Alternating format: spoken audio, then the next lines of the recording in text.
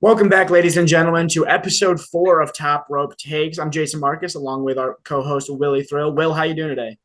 I'm doing awesome.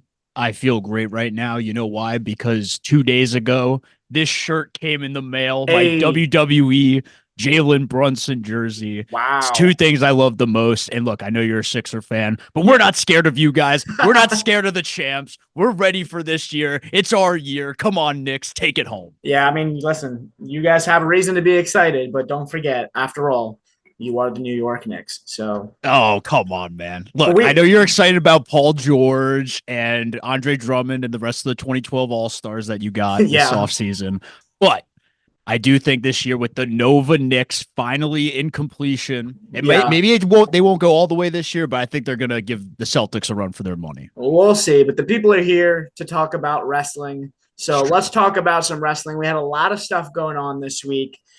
Anything in particular that stands out to you as the top headline from this week in wrestling? I think we should I kind of want to start from the top of Raw and Okay. kind of go down. And this opening segment, man. So we were talking last week about Gunther and Damian Priest. Mm-hmm. And the thing I made a point of was I don't buy the whole rich versus poor angle that they took Mm-hmm. with Gunther versus Damian Priest. But you know who did buy the poor versus rich angle? This Green Bay, Wisconsin crowd, because my goodness, when Gunther came out, I've never seen Gunther with this much heat just Yeah. walking out there. And then he played it perfectly. Like he did the whole Dom Mysterio thing where he lifts up the mic. They were just booing him. I got something to say, whatever. And then he doubles down on it. I thought he was incredible in this promo segment where he's like, I meant every word I said of it. Yep. You I think guys are a bunch of bums. That made me laugh so hard. yeah, both these guys can thank that crowd for getting this angle over even more. It's exactly what they needed because, like you said, it did feel a little bit cold last week. But no, I thought this was great as well. I'm really looking forward to their match at SummerSlam. I think Damian Priest is going to be a really solid baby face for the company going forward. And yeah, I'm excited. Like I said, I love Gunther, so I'm really excited for this match. Yeah. And I was skeptical about Damian Priest as a babyface, but I thought this was the best version of Damian Priest that we saw because you know what? He didn't need to cut a promo. Just go out there and kick ass and defend yourself from this guy who's just talking crap about your upbringing. Right. Yeah, we're I sick of hearing the yeah. talking. So the fact that he was just like came in here and was like, I'm gonna, take it right to you, I thought was Yeah, great. you had the brawl go on. You had, the Green Bay, Wisconsin local wrestling scene out there trying to break things up. You you had and then I loved after the break, like Jackie Redmond was trying to get a word with Gunther, but then Damian Priest keeps on attacking him. I thought this opening segment was a home run and much needed for the World Heavyweight Championship scene. Yeah, absolutely. I thought it was awesome too. Yeah, so I kind of want to we'll go down the line. I don't really have like a specific order of things, but I know the next thing I want to talk about is Dominic Mysterio tearing down Liv Morgan. How about that? First off, Liv Morgan, spicy as ever. Well, I mean, come on, that turnaround shot, that yep. could be an She iconic. knew what she was That's doing. that's up there with like I mean this is kind of a stretch, but like the Becky Lynch bleeding shot, like people are gonna put that side by side with the Liv Morgan turning around and being like, I don't know if people were doing what they were doing to the Becky Lynch yeah, bleeding shot that they're going to be doing to this Liv Morgan shot. But I hear you. I thought Liv Morgan in this entire program has been such a freaking star, man. Like this has really brought her to a whole new level. Like she's the MVP of this whole story. And I thought when later in the show, Dominic Mysterio is in the ring and Liv is in the crowd, and Dominic is like siding with Rhea and telling how much he hates Liv and yada yada yada. The acting performance we got from Liv to just cry on command like that, so impressive. I thought that was, and I think you could even see Rhea a little bit in the ring, kind of smiling a little bit, like, holy shit, she's doing really fucking well with this. Like, sorry if I curse. I don't know if we curse on here, but still, like, it's fine. yeah, I was so impressed with her acting job. Liv has become such a star in this angle, and I continue to be entertained by it.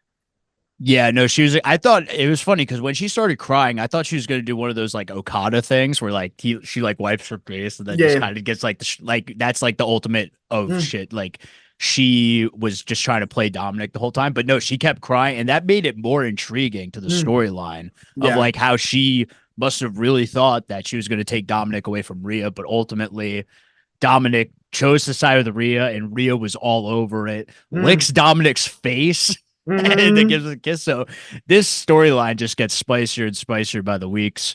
And I'm looking forward to what they end up doing for SummerSlam.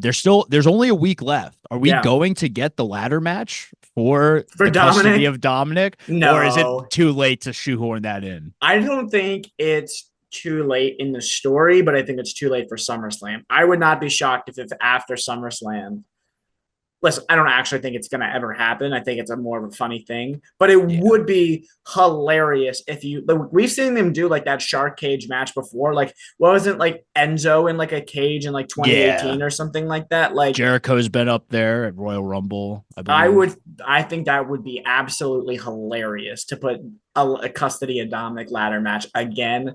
Would just be so good, but I think that's probably if they were ever to do it, it's not at SummerSlam.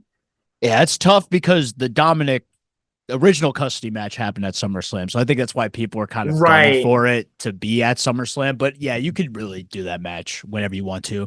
I do think I kind of get into an early prediction here. I'm more confident as the weeks go by that Liv's winning this first match and that Rhea's not going to take away the title. I thought, and it's funny because before Rhea returned, I thought, okay, well, once Rhea returns, she's just going to get the title back. Right. That was my initial thought. But this feud is just too good right now for Rhea to just win and kind of throw Liv to the side because I think it will lose a lot of steam if Rhea just gets the title back. I think something's going to happen at SummerSlam that's going to make us go, oh, this has to continue. And, you know, we got Bad Blood coming up in Yep. October. I think we know where this is going. I would love to see Liv and Rhea get down and dirty in Hell in a Cell. I agree with you completely, and I do think that's where it's heading. I don't think it's believable for Liv to beat Rhea clean in any sense, but I think if anything, Liv has earned the right to hold this title for a little bit longer after the performance she's been putting in the last couple of weeks in Rhea's absence. So I agree with you. We'll make official predictions next week, but I will be shocked if we leave SummerSlam and Liv is not the champion. Absolutely. And of course, you know, it's Monday Night Raw. We got my guy. I'm calling him my guy now. CM Punk Okay. returning Yep. to Monday Night Raw. And he dropped the news that he is medically cleared. He's ready to go. And he's going to be ready to. I mean, he was ready tonight or on Monday night to face Drew McIntyre right there. But Drew McIntyre held off a bit because he knew what was up. He knew that at SummerSlam, it's confirmed CM Punk versus Drew McIntyre. And the twist of it all, something we actually predicted on the Yep. show, Seth Rollins will in fact be the special guest referee. How do you feel about Seth Rollins being the special guest referee and not involved in the match? And how do you feel about this feud as a whole? I think that's absolutely the right call. I think right now Punk and Drew is like the money. That's where that's what people want to see. I think inserting Seth into this in a triple threat waters the whole thing down a little bit. But I also don't think Seth really fits into any other match or story or angle at the moment except for this one. So, like you said, we predicted it last week for a reason. I think this is absolutely the right call, and it brings intrigue into this first match about what side Seth Rollins sides with. Does he just straight up call it down the middle? How does he play into the finish? So I'm really intrigued by that. But no, I think it's the right call to have Seth be the ref. Yeah, I'm really intrigued to see how this goes because I just can't envision in my mind Seth Rollins counting a 3 for CM Punk. Like that thought is just so Mm, beyond me. So I do think there's going to be some shenanigans, and I do think Drew is actually going to end up winning potentially at SummerSlam. I just can't imagine Seth mm, counting for Punk. It would be an interesting little foil there if Seth right. had to reluctantly count the 3 for Punk, but I do think Rollins is going to be messing with Punk throughout this whole match, and Punk is just going to be super fed up with him, and it's Mm, going to kind of take the all that heat and kind of put it onto Punk Rollins, which I think is the main money match that they've been wanting to do.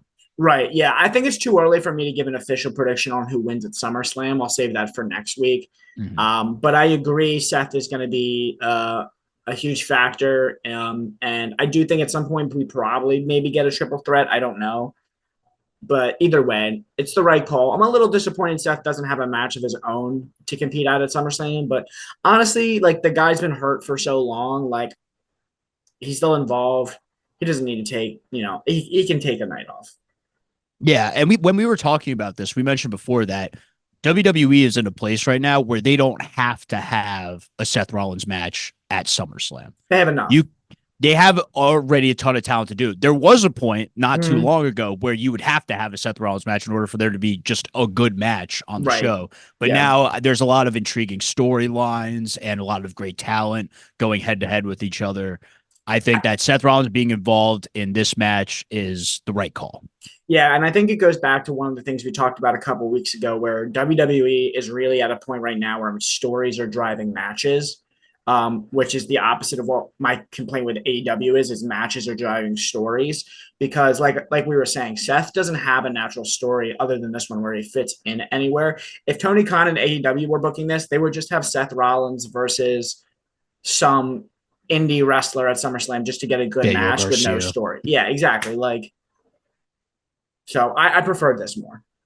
Yeah, no, 100%. I'm looking forward to this matchup, and again, the reason why I'm predicting Drew now, but I don't know what my predictions are going to be until next week because they do such a good job week to week, making me think like, oh, like I might have thought this person was going to win, but now I think the other person is going to win. Right. Like I've been set on Gunther this whole time. Who knows? Maybe next week if Priest is just like on fire, I might switch sides and go with Priest. But that's one thing. That's one positive I really love about Raw right now, Mm-hmm. and just WWE in general.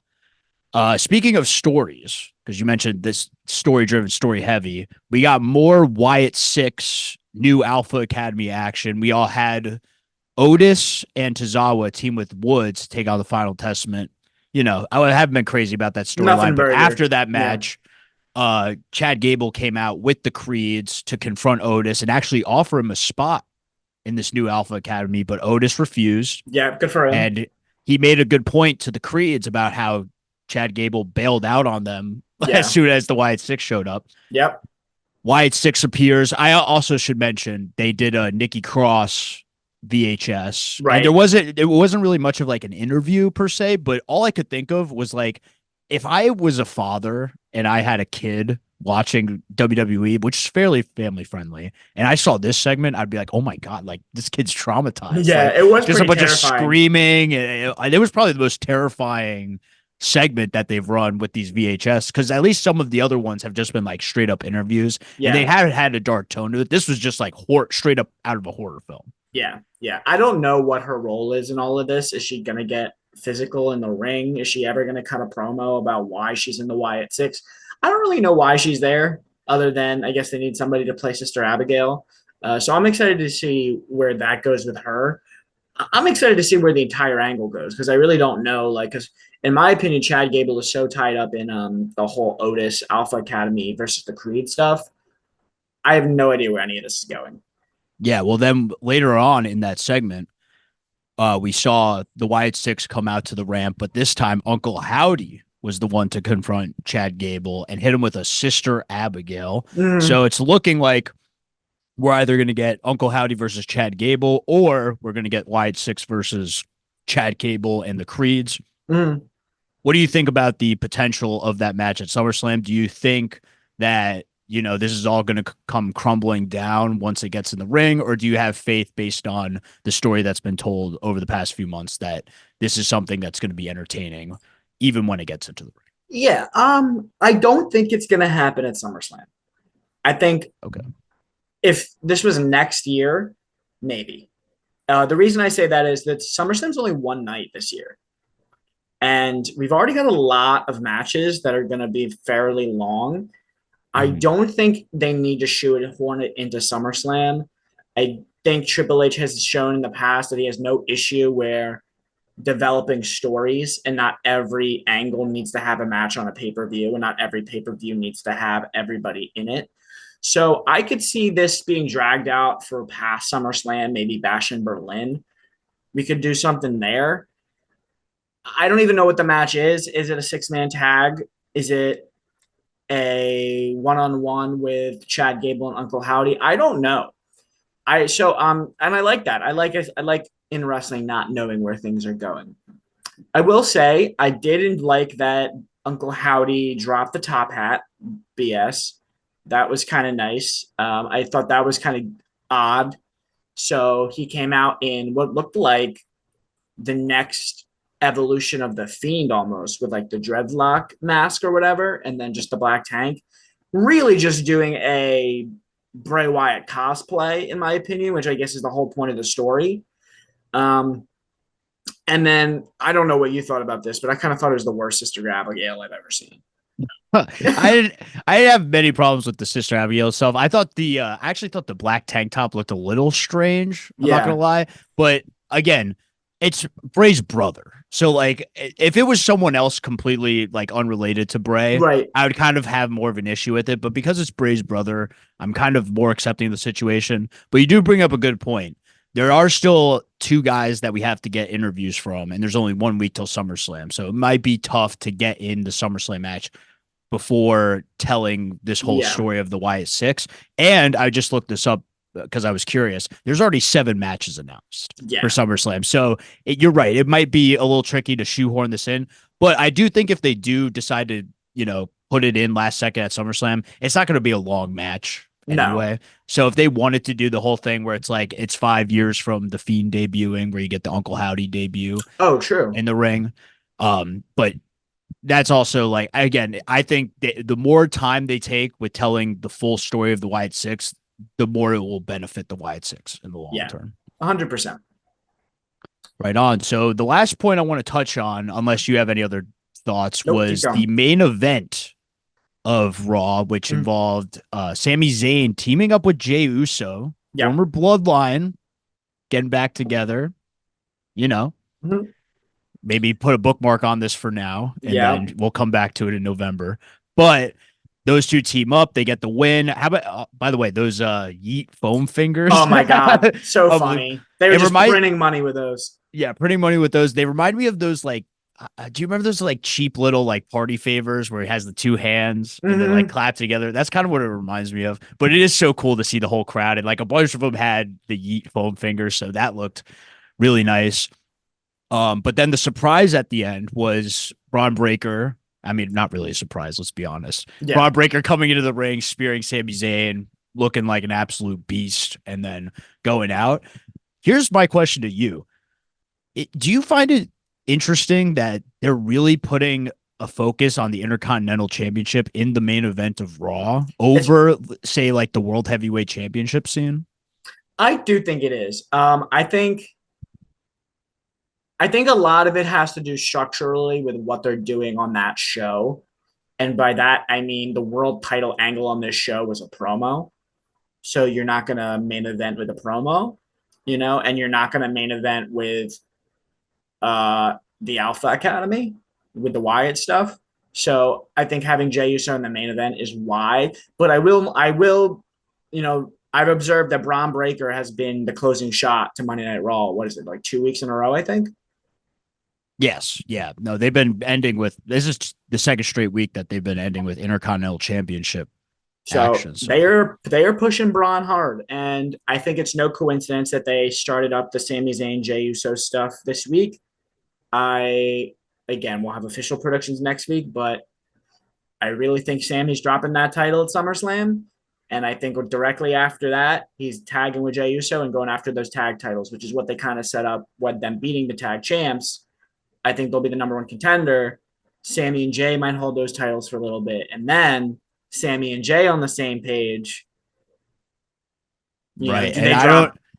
don't know if you caught the SmackDown spoilers for this upcoming week. No, I did not Okay. catch spoilers, but let's talk Here about. Yeah, go for it. I don't want to spoil anything, but and if you are like worried about SmackDown spoilers, please skip like 30 seconds. There may be, the other bloodline might be sneaking into that tag team title picture on the other show. Oh, So now interesting. you got Sammy and Jay potentially as tag champs on Raw, and maybe, you know, Got it. Got it. I'm just Okay. saying, I'm just saying. Well, we all know, regardless of SmackDown spoilers, we all know that a bloodline civil war or faction war, whatever you want to call it, is on the horizon. So that makes sense if you were to have both sets on one side. Yeah, I think this is logical booking. but back to your original question, no, I don't think it's odd that they main evented with the Intercontinental title because I think they're really pushing Braun as a top heel in the company. And I also think circumstantially, what other match would they have put in the main event this week? That's fair. I mean, you could make an argument that if you wanted to like get a big rating all the way to the end, you could have put the CM Punk segment out there, and then But the they big don't like reveal. ending with a segment, I don't think. They like to end with a match. I think in this new era, you're right. They do want to end with things with the match. Mm. It is curious to me. I guess we'll have to see what happens in the long term because they have ended with segments before in the past, and it's been fine. Like we just saw the Wide Six debut not too long ago, and that was kind of like a segment that ended the show. Right, but that happened after a match. Right. I guess that's true. It's a match that leads into a segment. That might be what is like tripping me up about this, but I do think, you know what? It is great that I hope my theory is wrong about this, where I think the Raw main event might be a little, how do I say this? Like, it's not what it used to be. Mm-hmm. Like, I think they understand that people are like probably going to tune out after a few hours. So right. They kind of, do the last hour to steal a quote from the other company for the sickos and put on like the wrestling portion and all that good stuff. I think it's also about sending the fans home happy too. I think Jey Uso is one of the more popular players, one of the most popular wrestlers on the roster. So I think having him in the main event is a big factor. Yeah, we'll just have to see how the main event of Raw shapes out in weeks going forward. If they continue to put the Intercontinental Championship in the Raw main event scene, I think I'll have a few more questions about how they're. And for the record, I have no issue with the Intercontinental title being in the main event scene. That's good. If you can raise the value of the Intercontinental title, it raises the value of the world title. No, 100%. I have no complaints about that, especially when it's like an Intercontinental Championship match. I do think it was kind of like it was whatever that it went to a no contest last week. But I totally get it. First of all, I think with any championship match, it should be the main event of the show, unless you're going to do what they did on AEW, which we'll get into shortly. But I think if you have a championship match, it should be the end of the show. But I just think if you're going to have the Intercontinental Championship picture, especially when Braun Breaker or if Braun Breaker wins, I don't think you could get away with Braun Breaker like selling the main event on Braun Breaker right now, at least, as him like being the champ and like just having that be like the main. There's too many other people that they need to push right now. His time will come. It's not right now, but with what they're doing with him, I think it's great. Were you surprised at all that Ilya Dragunov was not part of this triple threat match at SummerSlam and now it's a one-on-one again?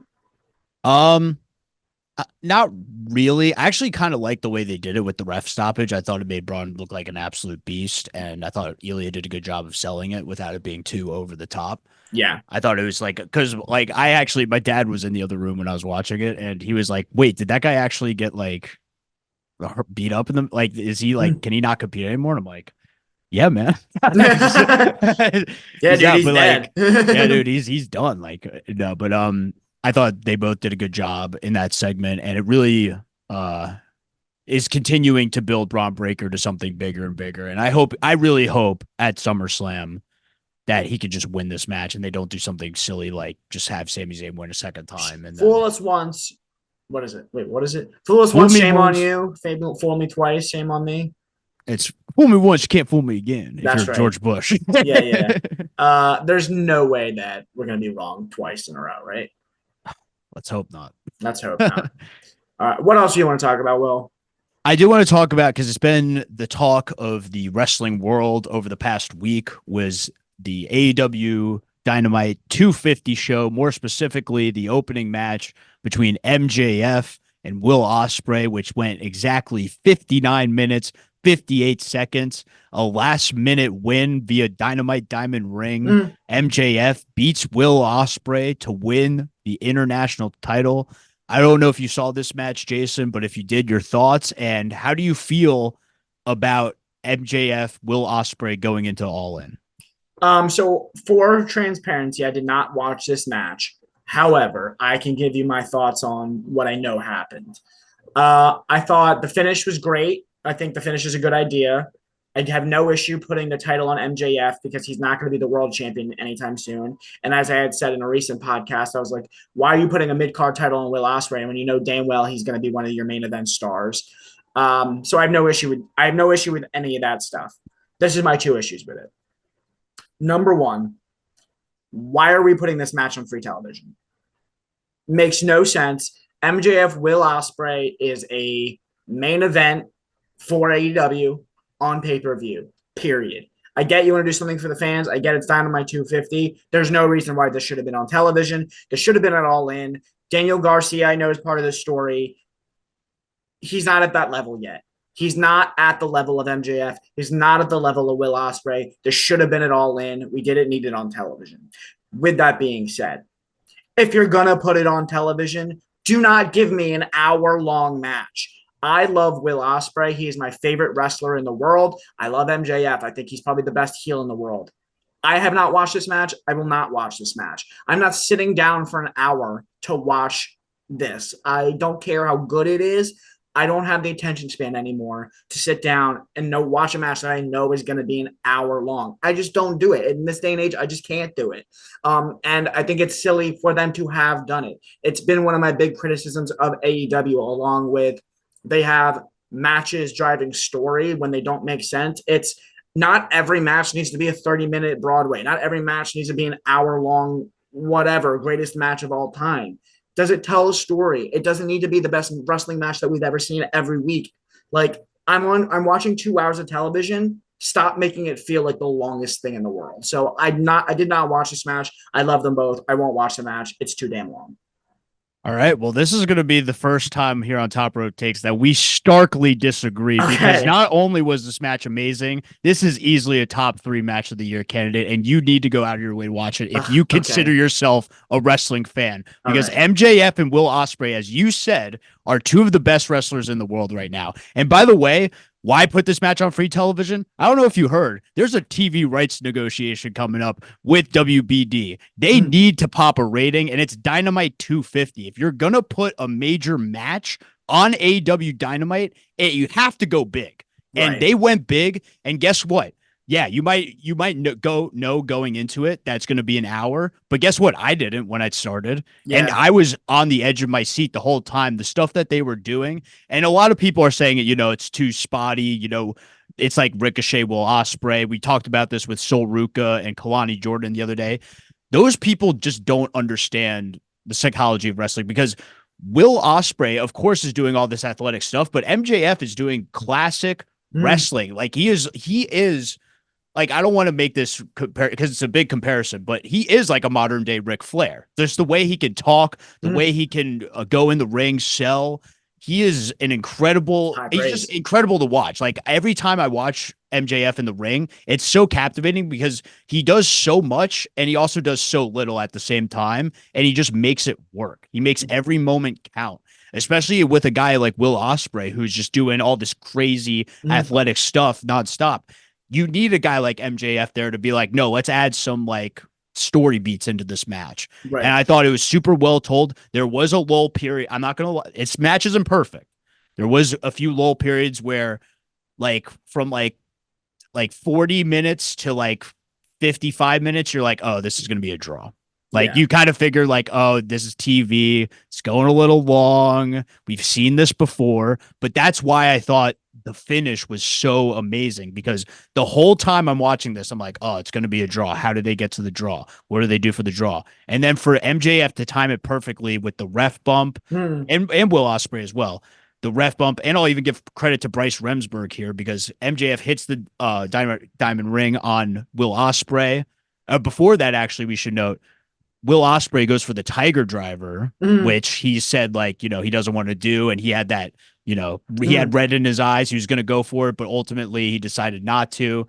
He's a valiant baby face. He promised not to do it. Even on the dastardly MJF, he decides not to. Yeah. Ref bump happens. Dynamite Diamond Ring. Bryce Remsburg does the selling of the ref bump perfectly. 1, 2, 3 with the timer in the background shot, which I thought was incredible because Mm, it literally said 1 sec, even though it was 2 seconds or whatever, it said 1 second left on the clock as soon as the bell rang. And people mm. were still like, wait, was this a draw? Whatever. And it took until the announcement for people to be like, oh, this was MJF actually won. And they booed MJF, which was key because like normally you would boo the time limit draw, but people Right, actually would have preferred the time limit draw right. over MJF winning the title in that way. So I thought this was a home run. And guess what? If you are going to do MJF and Will Ospreay on Dynamite to build to a match to All In, this is exactly how you do it because I am more pumped to see Will Ospreay and MJF at All In after seeing this match than I was before seeing this match. So Even we're though you've on already two, seen it?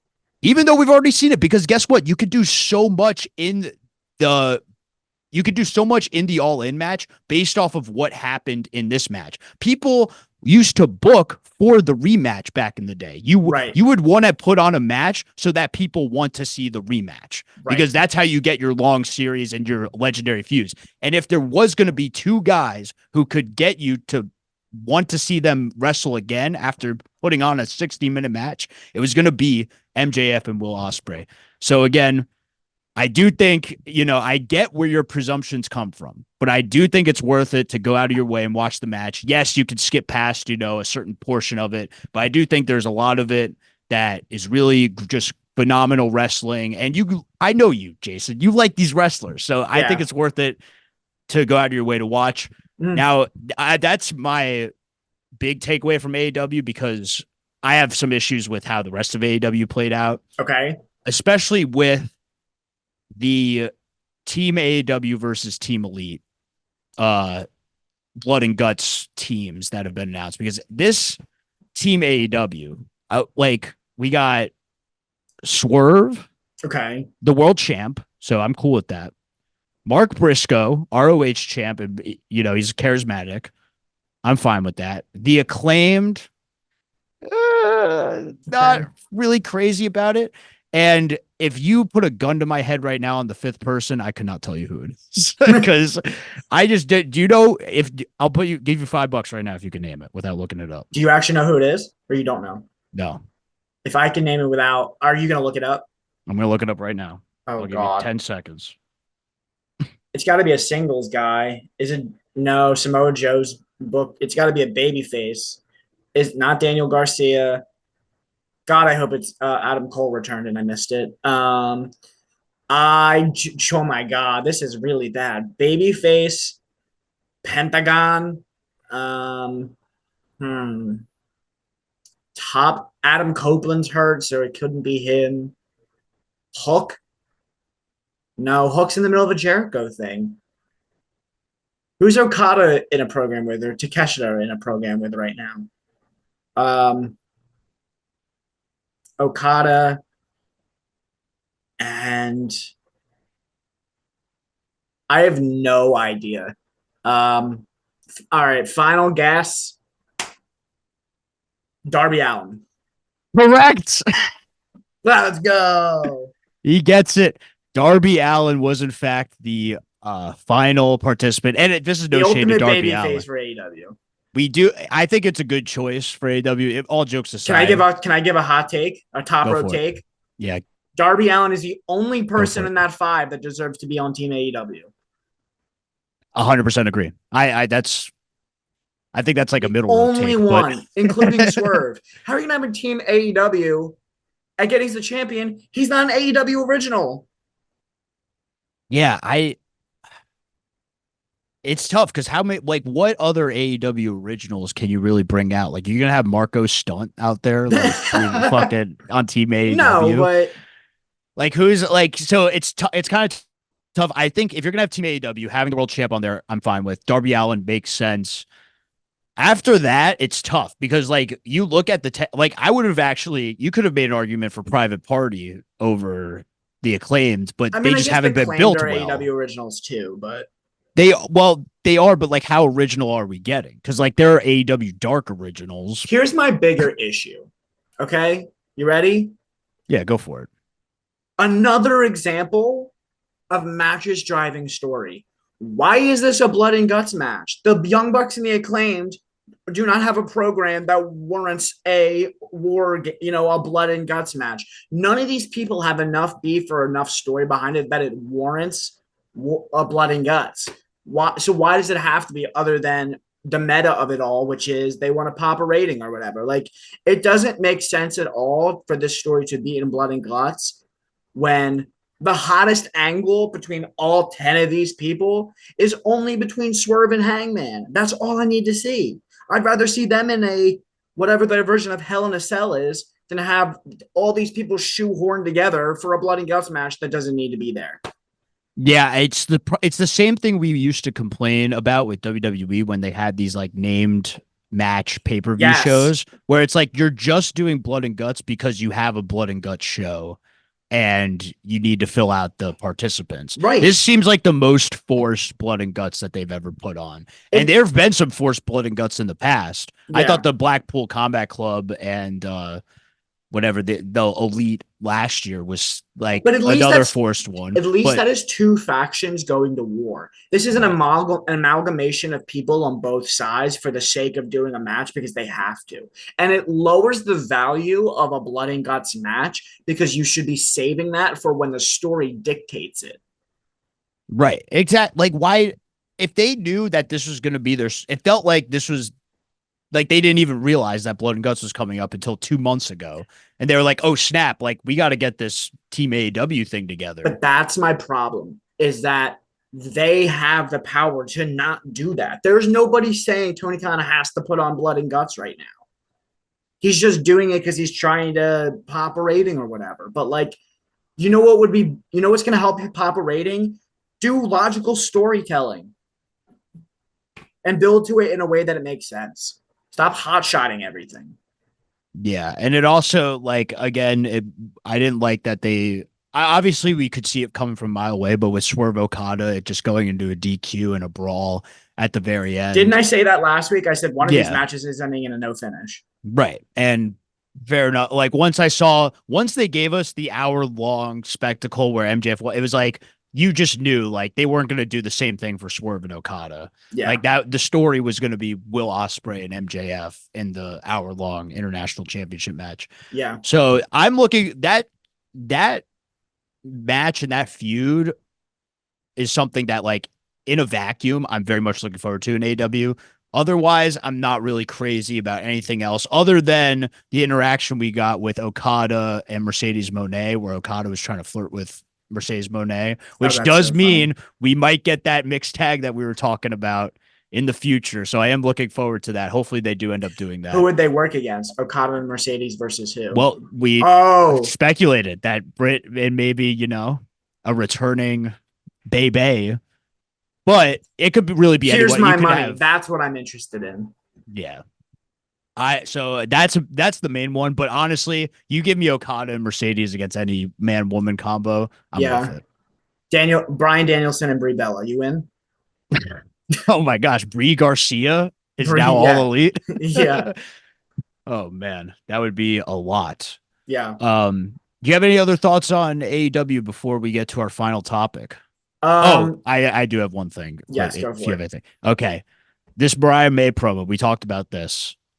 This is coming from a commentator. So this is my commentator's perspective of the week. I might drop one of these every once in a while. I could not tell you like whether or not Mariah May's promo was good or bad because all anyone was talking about was Tony Schiavone before Mariah May cut her promo, just going into the mic and going, "Speak up, bitch." And did you see this? Did you not see this? That's crazy. My gosh. So Mariah May's about to cut her promo. She has the mic right to her mouth. And before she could say a word, Tony Schiavone just goes under his breath, "Speak up, bitch." And then literally Excalibur and Taz go, whoa, what the hell? Like, where's the professionalism around here? And I did the same thing. I was like, oh my gosh, Tony Schiavone, whatever. And look, I'm new. I'm less than a year in the commentary game. But like, I still think that is just like, and Tony Schiavone's been doing this for forever. So like, more credit to him. I guess he's allowed to do stuff like that. If any other new commentator or any commentator even tried to do that, they're not on the next show. You know what I like about Tony Schiavone? He reminds me of our modern day Gene Oberlin. He he knows how, like, the way he interacts with heels is so good because you really believe that he just hates these guys, you know? And like Yeah. he really sells how terrible that the heels are. So I think that's in his character because we've seen him in the past kind of like give a human response to people that like if you like they were like that you just like if you don't like somebody you're not going to be super polite regardless, you know, if it's like a professional environment or whatever. um so that's hilarious. I love that. Yeah, no, I mean, look, it gave me a good laugh at the time. I was just thinking, like, and you're right, like, it is kind of in Tony Schiavone's wheelhouse to do something like that. Mm, I'm not crazy about, one, I'm not crazy about cursing on commentary, period. yeah, Um, and I guess you're right, but I think the realism can definitely be like something funny where he's like, he makes the heels feel more dastardly. I do think it could be a detriment sometimes and just take away from a segment where now that's I don't even, the one thing I remember isn't anything Mariah May said. It's just Tony Schiavone a saying hundred stupid. percent agree. Our good friend Kevin Kelly once said, "It's not your job as a commentator to get over; it's to get the talent over." And I would say that would be my criticism of it is that it got himself over more than it got Mariah over. Like you said, people weren't paying attention to her, and some, especially when you're somebody like Mariah May, who is not an established star and is really fighting for her career in this angle. That's a really detrimental, really could be really detrimental to her in this angle. That's been pretty good so far. So yeah, I get the criticism on that. I don't have an issue for him doing it. I have an issue for the context of you're doing it and it's kind of hurting somebody who really needs help right now. Right. Cause you even discussed this last week when you said like this Mariah May promo is going to be important because it's going to capitalize off the momentum of Mm, that amazing segment the week before. And look, it was going to be hard for her to say anything that would have topped the conversation of Will Ospreay and MJF, yeah, but it was completely derailed by the fact that Tony Schiavone decided to say that. And again, it's like, a shame. pick your moments, Tony. Come on. Yeah. This is the guy who I said that's going to put butts in the seats when Mankind won the title. So let's not right. forget that. Yeah, I think it'd be one thing if people knew he was going to do it and it was okayed, or if that was improvised. Because if that's improvised, I could see a lot of heat being on him. Yeah, it But he's definitely Tony see Schiavone, so he's fine. But if it was planned, then Excalibur and Taz did a great job of acting surprised because they yeah, were genuinely like taken aback by Tony being like Tony saying that. So they were just like, what the hell? So yeah. Not to I mention calling a woman a bitch on TV, whether it's wrestling or not, is not a great look for anybody. yeah, yeah, exactly. Especially like a dude calling Mm, a girl. Yeah, I'm not crazy about that either. so So we're wrapped up on the Raw talk, the AEW talk.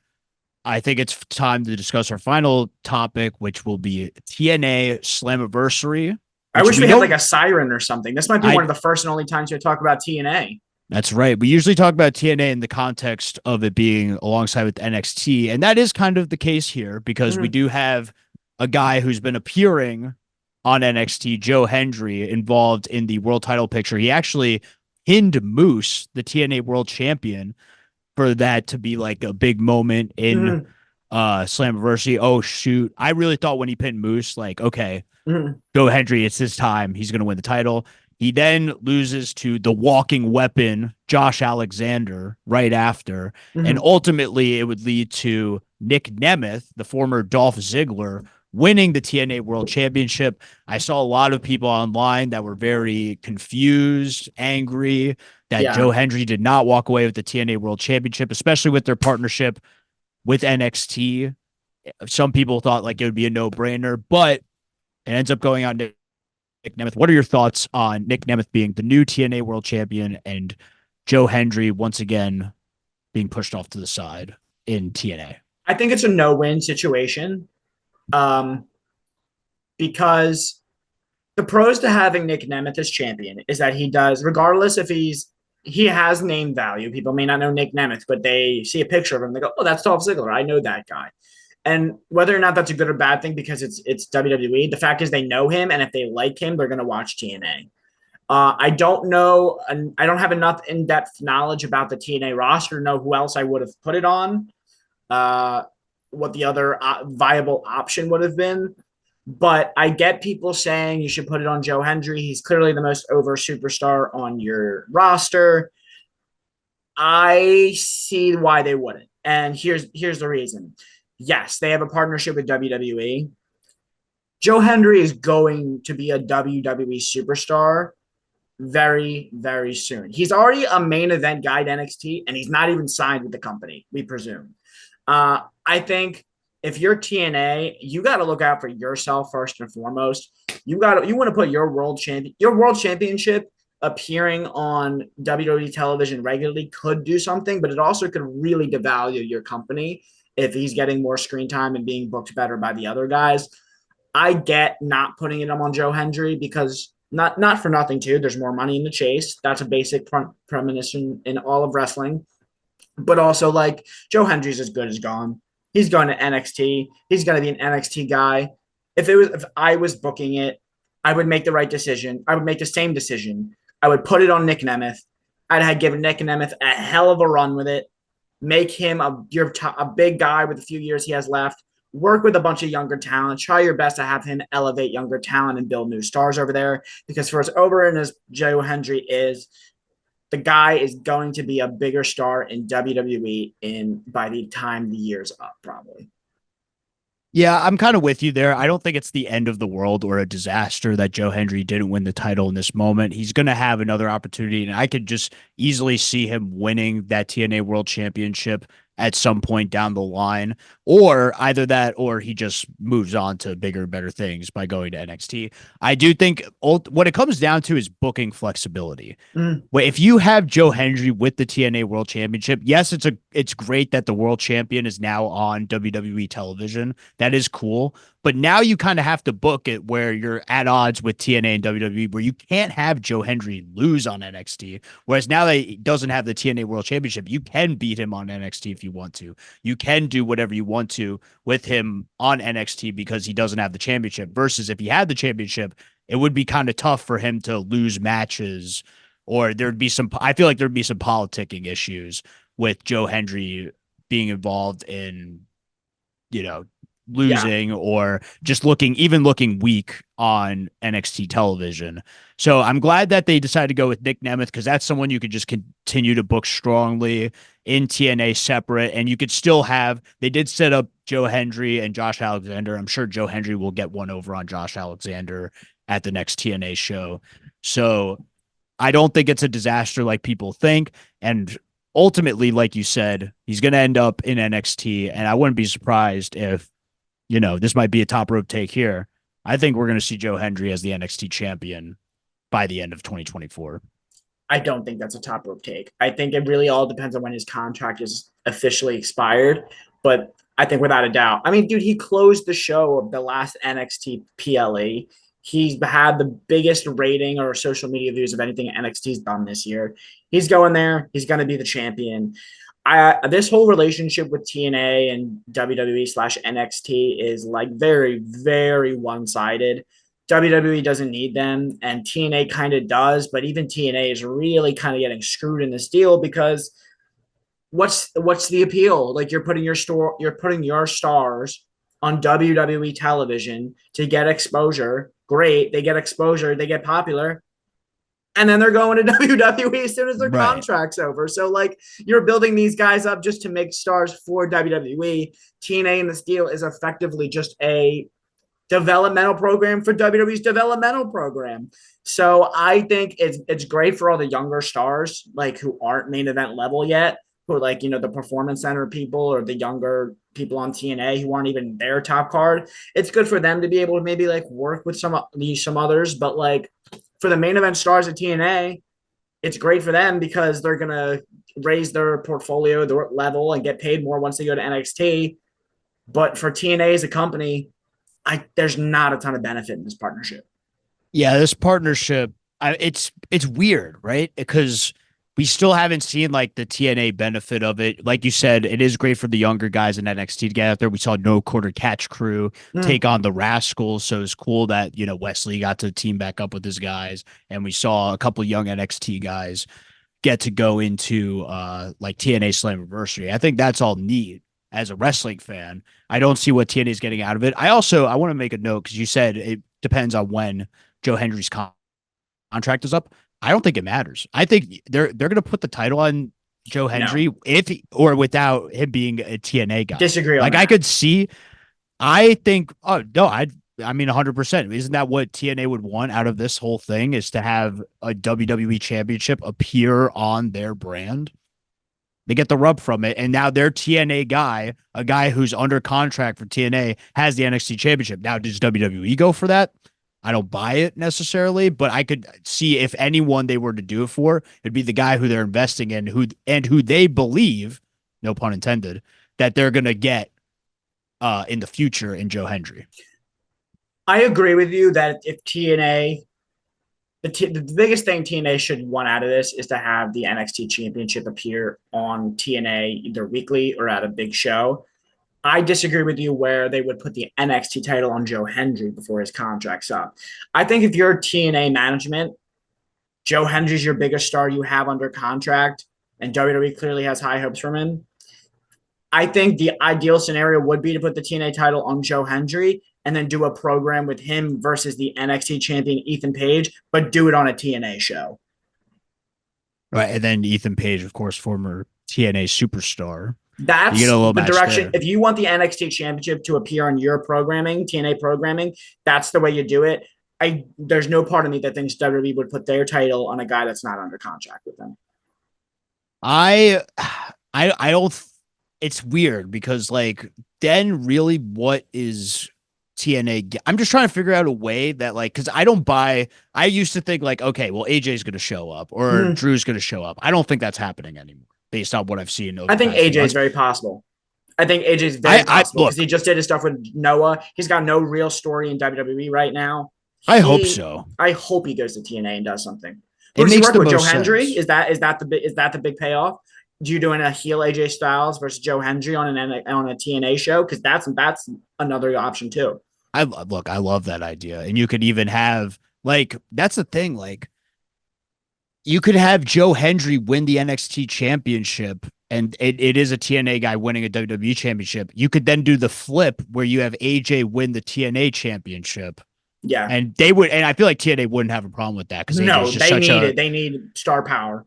Then you could do some sort of thing where it's like this WWE guy has the TNA championship, but this TNA guy has the NXT championship. I think there's a lot of things you could play around with, but I do think TNA needs to find a way to where this whole thing is a benefit to them because right now it's definitely, like you said, one-sided with WWE taking a lot of the steam from TNA or whatever they have and turning it into, like you said, a second developmental brand. So final answer, I think given the information we have, putting the title on Nick Nemeth was the correct answer. However, in a perfect world, if I was booking it, I would have put the title on Joe Hendry, but only if I had an agreement in place with WWE where Joe is going to work as champion against top WWE guys, whether that's Ethan Page, AJ Styles on TNA television.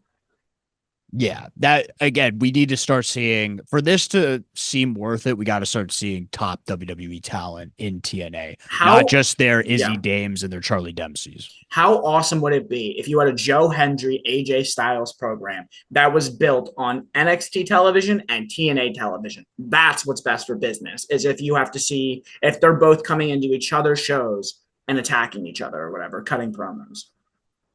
Right, going back and forth. And by the way, that is my favorite Joe Hendry. Even more than the I Believe in Joe Hendry song, my favorite Joe Hendry song is when he parodied the AJ Styles TNA theme on AJ Francis, Get Ready to Die. Like, you are banned from diving. So I think there's a lot of stuff we can play. If we get another Joe Hendry song involving AJ Styles theme, I'm all for that as well.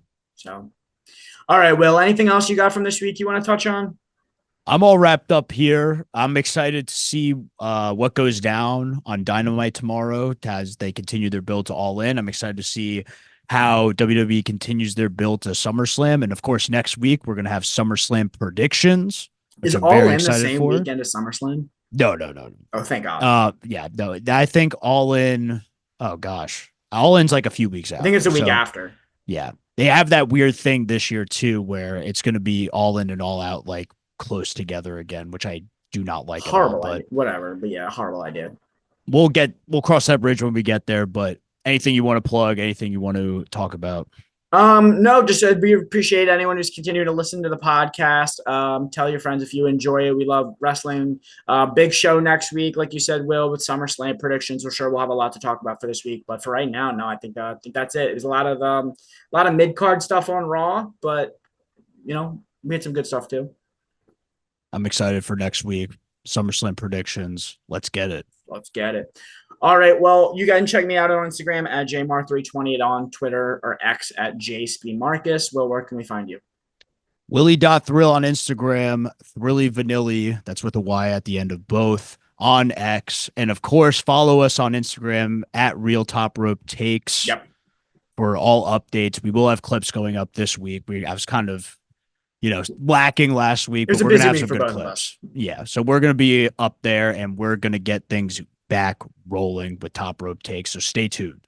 Awesome. All right. Well, thanks for your time, guys, and thanks for listening. And we will see you next week.